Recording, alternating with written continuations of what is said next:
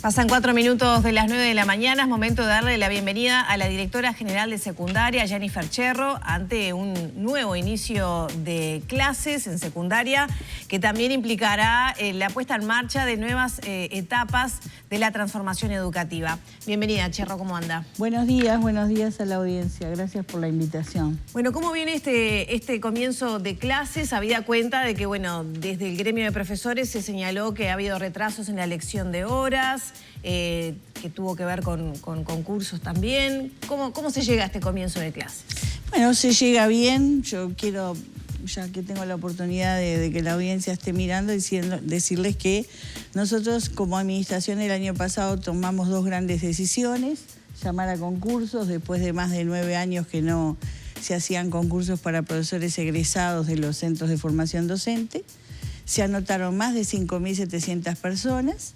Hicimos ese proceso de inscripción de las personas y por otro lado hicimos un llamado a más de 12 figuras, adscriptos, preparadores, directores, profesores orientadores bibliográficos y pedagógicos, porque nosotros nos encontramos que cuando asumimos en el 2020 se vencían la lista de llamados y hicimos lo propio de llamar, y 21, 22 y 23 se utilizaron esas listas. Entonces teníamos 2 opciones: o hacíamos los llamados o homologábamos un año más, pero era dejar un problema a la administración siguiente. Entonces decidimos hacer un llamado a todos las figuras y además hacerlo con carácter abierto. Es decir, antes para hacer POP tenías que haber sido POP. No, llamado abierto. POP es el profesor orientador pedagógico, que lo que implica era que si no tenías antecedentes en ese trabajo no podías presentarse. Los llamados fueron amplios a profesores efectivos y egresados interinos, aunque no tuvieran esa característica, y bueno, hacer un listado A de los que tienen experiencia y un listado B de los que no lo tienen. Por suerte se anotaron más de 1.000 personas en los cargos de profesor orientador pedagógico, bibliotecólogo, referente de educación sexual. Creo que fue una muy buena decisión porque el año pasado, que comenzó la primera ronda de cargos de docencia indirecta, se cubrió el 30% más de los directores y de todos los cargos, producto de esa lista homologada. Obviamente que ese llamado implica homologar el fallo, que haya reclamos, esperar 10 días, volver a rectificar. Pero el año pasado se dieron más cargos. Quiero destacar que se dieron 176 cargos más de profesor orientador pedagógico, y eso es muy importante porque nunca se habían dado esos cargos en liceos de bachillerato. ¿Todos los liceos van a contar con un profesor orientador pedagógico? Este año hay 318 profesores orientadores pedagógicos.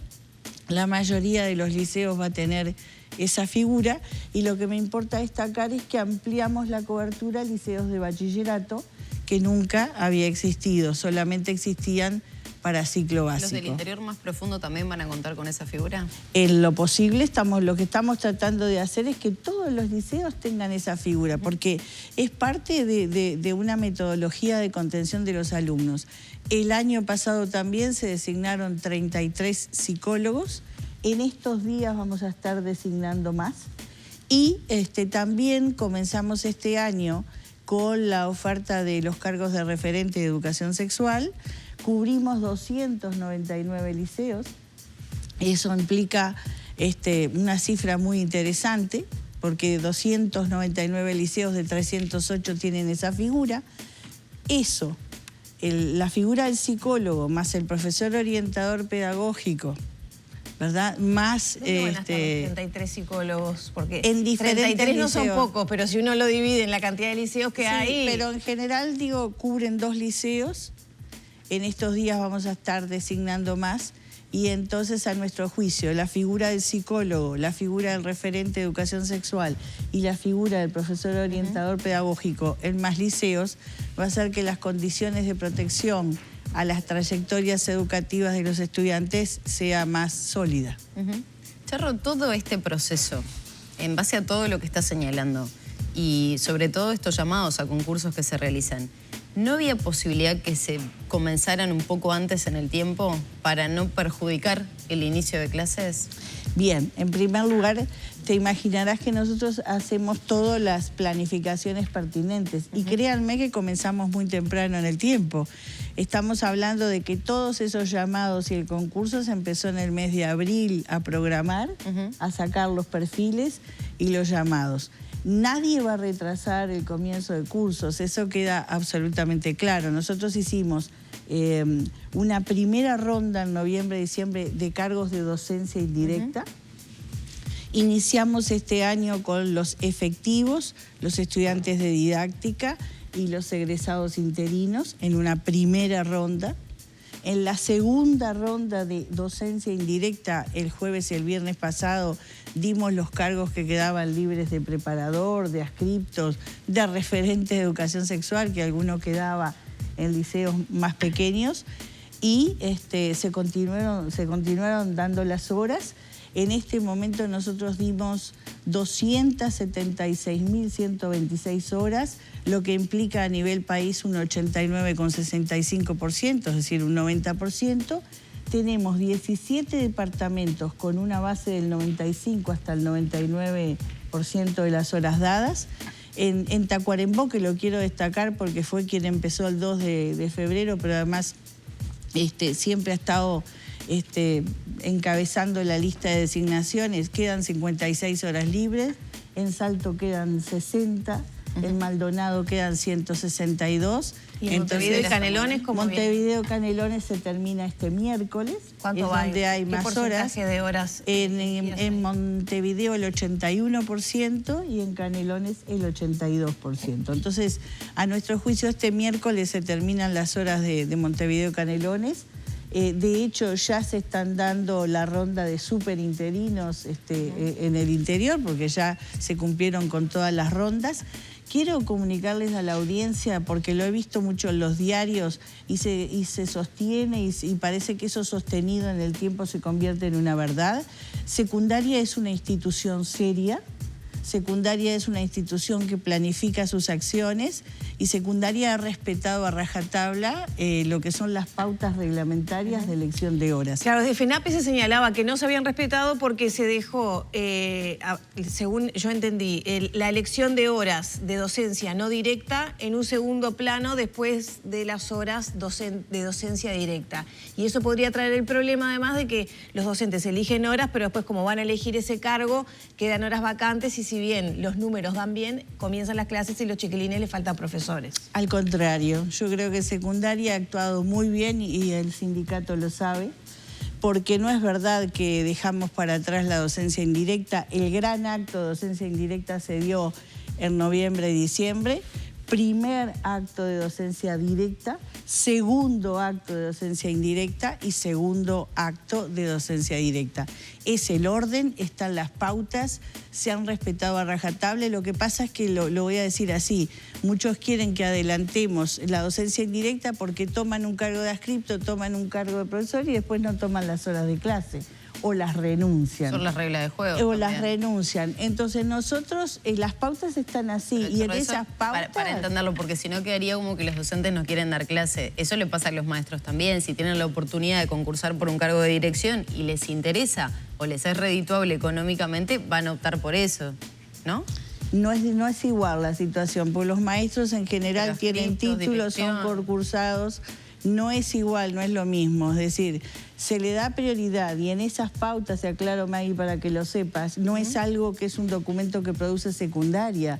Es un documento que produce Secundaria con la participación también del sindicato. Es en Montevideo donde el sindicato se ha retirado de participar porque en todo el resto del país participa el sindicato dando sugerencias para las pautas y además participa la TD también, además de los directores, inspectores y los funcionarios administrativos que hacen las horas. Nosotros ponemos la oferta total, no violamos ninguna reglamentación y el sindicato lo sabe perfectamente. No, pero no es lo que se denuncia por parte de los docentes, al contrario, señalan que va a ser caótico el inicio de clase, entre otros aspectos, por el atraso que se ha dado en ese sentido y donde ellos señalan se violó esas pautas de designación. Ellos señalan, ahí está bien lo que tú decís.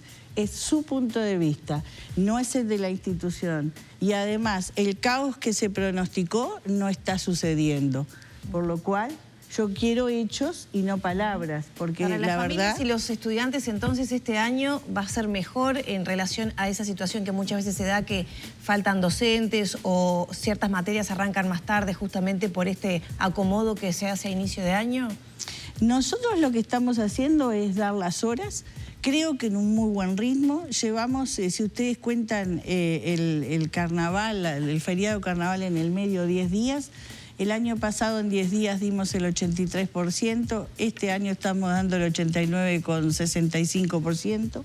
Se nos vienen ahora, a partir de marzo ya vamos a comenzar a planificar lo que son los concursos de directores, adscriptos, preparadores, inspectores. Podemos, si queremos, llegar a los profesores orientadores bibliográficos y profesores orientadores pedagógicos para darles estabilidad laboral.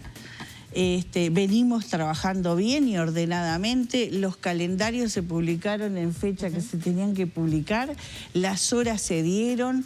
En los liceos, quiero que la gente sepa que paralelamente a que estas cuestiones suceden, los liceos se abren, los alumnos recibieron sus horas de tutorías previo a los exámenes, conseguimos 2.000 boletos con la Intendencia Municipal de Montevideo para distribuir entre todos los liceos de Montevideo para que pudieran asistir a las tutorías, facilitar el acceso, porque ustedes saben que en febrero las boleteras no se dan habitualmente, pero las conseguimos. Agradecemos la colaboración de la Intendencia de Montevideo, por supuesto. Dieron los exámenes, esta semana que pasó fueron las reuniones fictas, es decir, dieron los exámenes y se sabe qué pasó, promovieron o no promovieron. Extendimos el plazo el viernes de inscripción porque vencía el viernes para inscribir, pero los papás no se estaban acercando a los centros educativos a inscribir a aquellos alumnos de octavo y noveno y de primer año de bachillerato, por lo cual extendimos las inscripciones hasta el jueves 29. Mientras todo esto sucede en algunos liceos de Montevideo y en el de Maldonado 5 y Paysandú 9 estamos haciendo lo que es Febrero en Acción con Ceibal, que son actividades de talleres, los alumnos van todos los días, se le paga el boleto, tienen alimentación. Para poder hacer una puesta a punto y ya poder pasar a otros temas también que quedan pocos minutos. Respecto a la designación de horas, casi el 90% de eso, ¿usted no va a tener mayor afectación en el transcurso de los cursos de acá? No es lo que señalan los sindicatos, por eso queremos dejar las dos posiciones en claro. Sobre todo ellos señalan que marzo va a ser un mes muy difícil. Entre otros aspectos, porque tampoco se sabe el tema de los alumnos que todavía están rindiendo algunos exámenes, están con ese acompañamiento. En ese sentido también hay problemas con los alumnos. Usted decía recién, hay padres que no han ido a inscribir a sus hijos en octavo y noveno grado. ¿Qué está pasando con los alumnos? Yo quiero sacar esta cuestión de que hay problemas. No hay problemas. Bueno, yo sigo materias, no sé si puedo hacer otro curso. Claro, se me presenta una situación que no sé en qué grado comienzo. El sindicato hace su juego, ¿verdad? Y hace augurios. Por otro lado, sabe que la casa es seria. Es tan seria que nosotros tuvimos una bipartita, que es una mensual, una. Y tuvimos una el 5, tuvimos este viernes y tuvimos la semana que viene vamos a tener otra. Creamos 80 grupos. Ayer Libera dijo que fue una muy buena reunión, pero se incumplió. El otro día seguía todo igual. Lo dijo acá, en Río de Gente. Digo, bueno, yo creo que la gente tiene que saberlo, lo digo así mirando. Son puestas en escenas. Ellos son muy caballerescos, muy educados, asisten, nosotros somos muy correctos. Ellos han aceptado planteos que nosotros le hemos hecho bajo la responsabilidad de la gestión, la han aceptado, de hecho hay un montón de cosas en las que estamos de acuerdo, pero después salimos a la prensa y mostramos otra cosa. Yo entiendo, cada cual tiene que hacer su juego. Lo que pasa es que mientras uno está dedicado a pensar, a planificar, a accionar, a ordenar, hay otra gente que tiene más tiempo para ir a los medios de comunicación. Es claro, entonces digo, terminemos con esto porque no podemos llegar a decir que es un caos cuando estamos teniendo nuestra tercera bipartita y estamos acordando cosas. Entonces parece poco serio, ¿saben por qué? porque daña la imagen de la educación pública decir esas cosas. De alguna manera es una invitación a ir a la educación privada por parte de la ciudadanía. Decir, bueno, mira, si esto va a ser tal caos, entonces mejor mando a mi hijo a la educación privada. Y eso no es cierto. Charro, otro de los temas que está vinculado al comienzo de clases ha sido cambios en los textos que estudian los alumnos y el cambio de términos que ha sido criticado por la Asociación de Docentes de Historia, la eliminación del término terrorismo de Estado. Figuras importantes como por ejemplo Carlos de Masi está de acuerdo con la posición de los profesores. ¿Cómo valora usted esta situación? ¿Por qué se saca el término terrorismo de Estado? Bien, yo no voy a profundizar en eso, porque creo que a la gente lo que le importa ahora es el comienzo de curso, pero sí voy a decir algo al respecto. Los programas se hicieron el año pasado, se aprobaron el año pasado. Si había alguna necesidad de cambios, los técnicos designados de cada subsistema estaban integrando esas comisiones. Llama la atención que a una semana antes del comienzo de cursos, a una semana antes que se va a implementar la transformación en el primer año del bachillerato, aparecen estos temas sobre la mesa.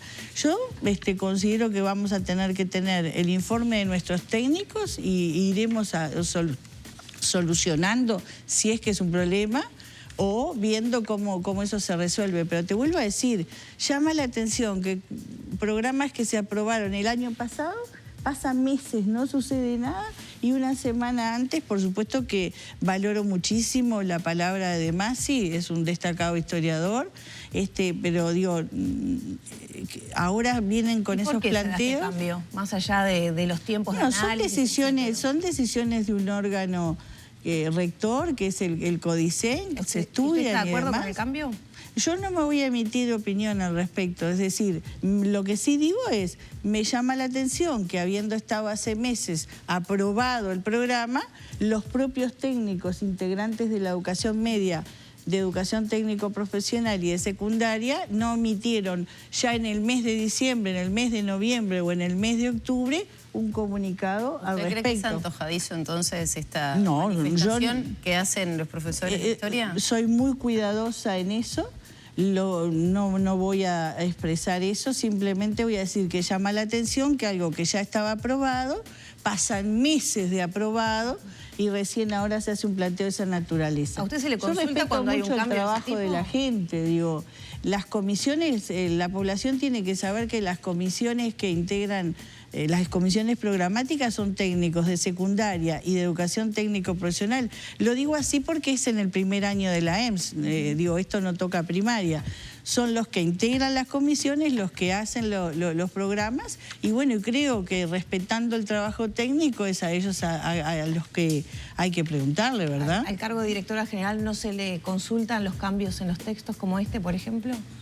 Yo tengo confianza en lo que hacen los técnicos, es decir, el profesor, el que integra la Comisión de Literatura realiza el programa y bueno, y se ven así los programas y parece que sí. No se quiere expresar respecto a si le parece correcto o no. Porque no le quiero quitar el foco a lo que es el comienzo de los cursos, simplemente por eso, y porque encuentro que es un tema que tendrá su trascendencia, supongo yo, durante el año lectivo, pero no en el momento. Es decir, nosotros estamos de cara del comienzo de cursos, entonces... Claro, pero eso es uno de los cambios importantes que las familias tienen que ir conociendo, que se van aplicando. ¿Y le cambia realmente a la familia si un tema se utiliza de una manera o de otra, si cambio los temas? Bueno, los profesores de historia consideran que es importante. Bueno, pero todos esos colectivos fueron escuchados antes de hacer los programas. Eso también la gente lo tiene que saber.